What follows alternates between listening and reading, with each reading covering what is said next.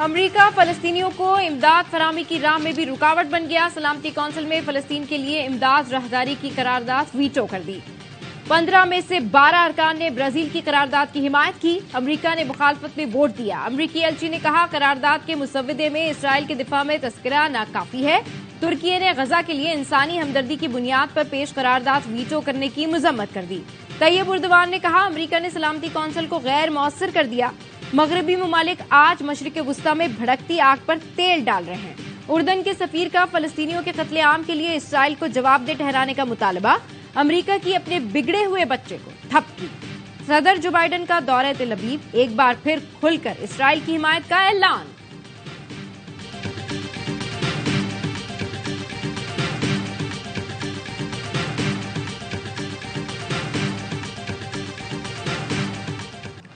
اسرائیل نے تمام حدیں پار کر دی۔ غزہ میں اسپتال پر بم برسا دیے۔ ایک ہی حملے میں اسپتال کو قبرستان میں بدل دیا۔ قیامت کا منظر، ہر طرف لاشیں اور زخمی۔ 500 کے قریب فلسطینی شہید ہو گئے۔ اسرائیلی دہشت گردی میں شہداء کی تعداد 3478 ہو گئی۔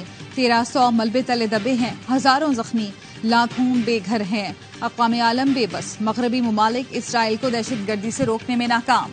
مسلم دنیا زبانی جمع خرچ میں مصروف، صرف منتیں اور مذمتیں۔ فلسطینی عالمی عدالت انصاف کے ججوں کو جھنجھوڑنے جا پہنچے۔ دی ہیگ میں عالمی عدالت کے باہر احتجاج۔ فلسطینیوں کی نسل کشی روکنے اور غاصب اسرائیل کے خلاف کارروائی کا مطالبہ۔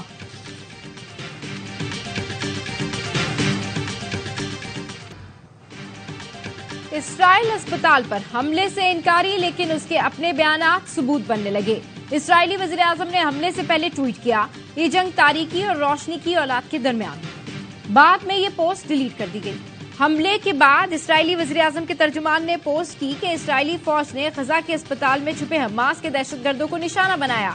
بعد میں ٹویٹ ڈیلیٹ کر دیا اور اسپتال پر حملہ حماس کی کارروائی قرار دیا۔ حماس کا کہنا ہے اسرائیلی فوج نے جان بوجھ کر اسپتال کو نشانہ بنایا، ثبوت جاری کریں گے۔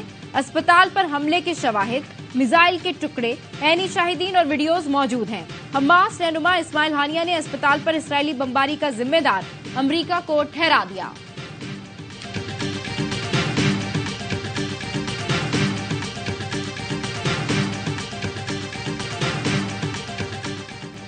اسپتال پر حملے سے 20 گھنٹے پہلے کی ویڈیو سامنے آ گئی۔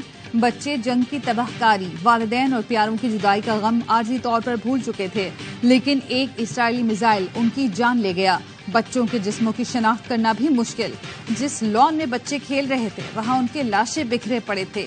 حملے کے بعد ہر گود میں زخمی بچہ یا بے جان لاشا تھا۔ بچ جانے والے بچے پر سکتہ طاری ہو گیا۔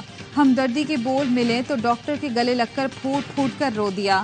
جنگ و جدل میں رہتے غزہ کے بچوں نے وصیتیں لکھنا شروع کر دیں۔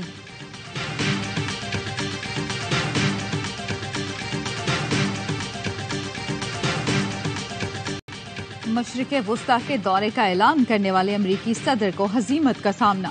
غزہ میں اسپتال پر حملے کے بعد اردن نے جو بائیڈن کا دورہ منسوخ کر دیا۔ خبر رساں ایجنسی کے مطابق امریکی صدر کا دورہ غزہ کے اسپتال میں دھماکے کی خبر کے ساتھ ہی ناکام ہو گیا۔ جو بائیڈن جیسے ہی ایئر فورس ون پر سوار ہوئے، اردن نے اعلان کیا محمود عباس، اردن کے شاہ عبداللہ دوم اور مصر کے صدر عبدالفتاح السیسی کے ساتھ امریکی صدر کے 4 ملکی اجلاس کو منسوخ کر دیا گیا۔ اردن کے وزیر خارجہ نے کہا اجلاس جنگ بند کرنے اور قتل عام ختم کرنے تک ممکن نہیں۔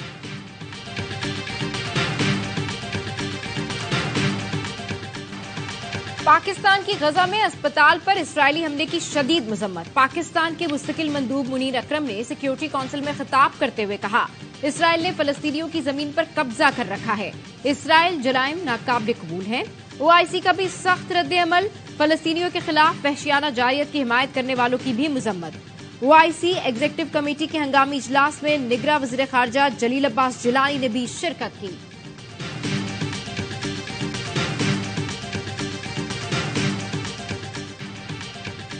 صدر عارف الوی اور نگراں وزیر اعظم نے غزہ کے اسپتال پر حملے کی مذمت کر دی۔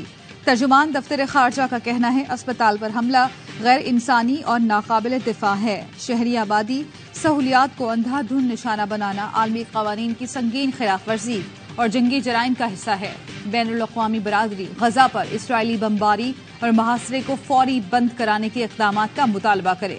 نگراں وزیر اعظم انوار الحق کاکڑ کی اقوام متحدہ کے سیکرٹری جنرل انتونیو گوتریس سے ملاقات. غزہ کی صورتحال پر گفتگو.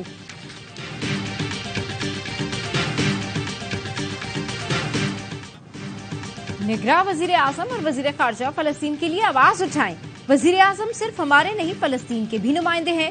چیئرمین پی پی بلاول بھٹو نے غزہ پر اسرائیلی حملوں کی مذمت کر دی. کہا نگراں وزیر اعظم کو فلسطین کے عوام کے لیے آواز اٹھانا پڑے گی. پاکستانی قوم فلسطینیوں کے ساتھ کھڑی ہے اور کھڑی رہے گی جب تک پاکستان کے عوام ہیں. فلسطینی عوام کبھی اکیلے نہیں ہوں گے. جمہوریت آئین اور الیکشن کو ایک شخص کی واپسی کے لیے روکا گیا.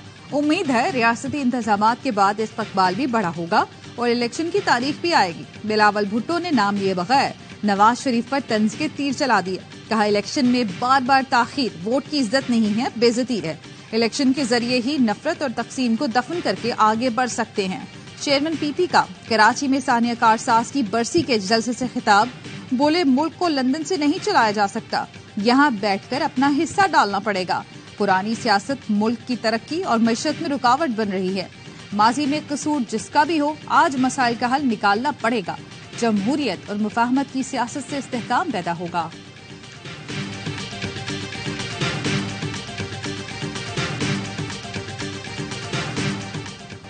نواز شریف کی العزیزیہ اور ایون فیلڈ میں حفاظتی ضمانت پر سماعت آج ہوگی. اسلام آباد ہائی کورٹ نے نیب کو نوٹس جاری کر دیے. دوران سماعت نیب پروسیکیوٹر نے موقف اپنایا. میں کسی اور کیس میں یہاں موجود ہوں، اگر کوئی ملزم آنا چاہے تو ہمیں اعتراض نہیں. جسٹس گل حسن اورنگزیب نیب پر برہم. ریمارکس دیے آپ کو حفاظتی ضمانت دینے پر اعتراض نہیں، آپ کو یہی ہدایات ہیں تو اپیلوں کی پیروی کیوں کر رہے ہیں؟ کل کو آپ کہیں گے فیصلہ ہی کردم قرار دے دیں. توشہ خانہ کیس میں نواز شریف کی حفاظتی ضمانت کی درخواست احتساب عدالت میں دائر.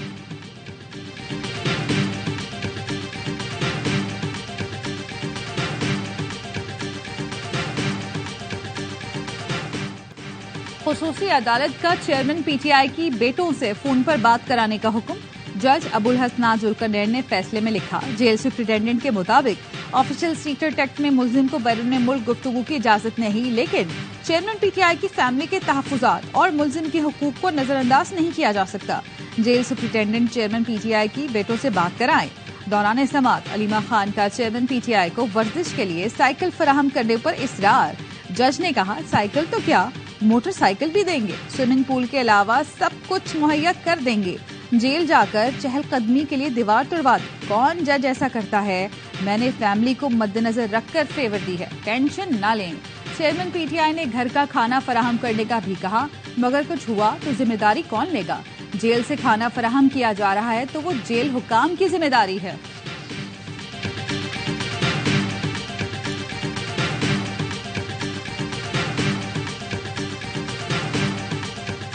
We have completed nearly 50 projects worth $25 billion under CPAC.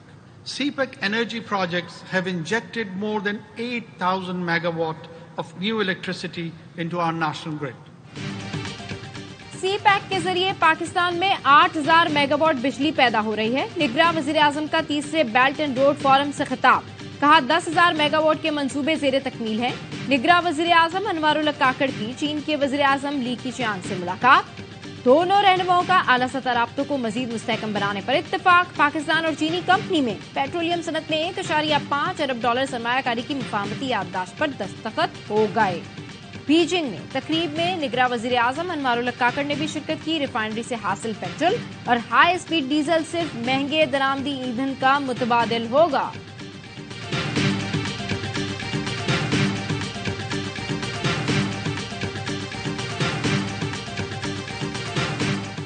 Edwards college کا ایک بچہ تھا حسان، جو کالج سے واپس آ رہا تھا اس رکشے میں، تو موٹر سائیکل سواروں نے اس کو روکا اور ان سے موبائل لینے کی کوشش کی اور اس ریزسٹنس میں فائر سے ان کی شہادت ہوئی. ایڈورڈز کالج پشاور کے طالب علم حسن طارق کا قاتل افغان باشندہ نکلا. گرفتار ملزم نے بتایا گولیاں چلانے والا دوسرا ساتھی بھی افغان شہری ہے. کار بھی پکڑے گئے. طالب علم حسن طارق کو 11 اکتوبر کو گھر جاتے ہوئے موبائل چھیننے کے دوران مزاحمت پر گولیاں مار کر قتل کر دیا گیا تھا.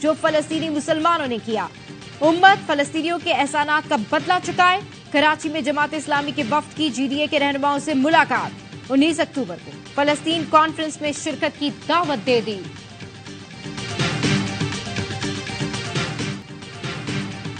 غزہ میں صہیونی درندگی کے خلاف دنیا بھر میں مظاہرے۔ استنبول میں مشتعل مظاہرین نے اسرائیلی قونصل خانے کو آگ لگا دی۔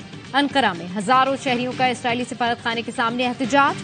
صوبہ مالاتیا میں امریکی بیس کے سامنے بھی احتجاج کیا گیا۔ امریکہ ترکیے سے نکل جاؤ کے نعرے۔ اردن میں مظاہرین اسرائیلی سفارت خانے پر چڑھ دوڑے۔ تہران میں امریکہ اور فرانسیسی سفارت خانوں کے باہر ہزاروں افراد کا احتجاج۔ بیروت میں مظاہرین نے اسرائیلی سفارت خانے پر فلسطینی پرچم لہرا دیا۔ تیونس میں سڑکوں پر عوام کے سمندر کا اسرائیلی سفارت خانے کی جانب مارچ۔ دوحہ میں بھی لبیک یا اقصی کی صدائیں بلند۔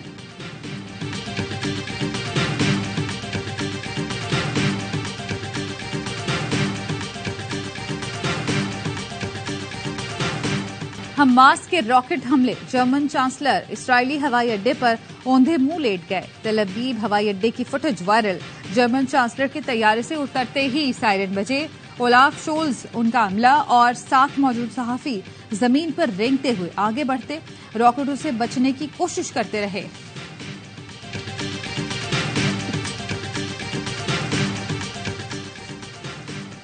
پاکستانی کھلاڑیوں کا فلسطینیوں سے اظہار یکجہتی۔ تمام کھلاڑیوں نے سوشل میڈیا پر فلسطینی جھنڈے کی تصویر لگا دی۔